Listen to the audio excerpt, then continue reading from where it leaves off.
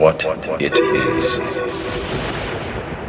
The Matrix is everywhere. It is all around us. Even now, in this very room. You can see it when you look out your window or when you turn on your television. You can feel it when you go to work, when you go to church.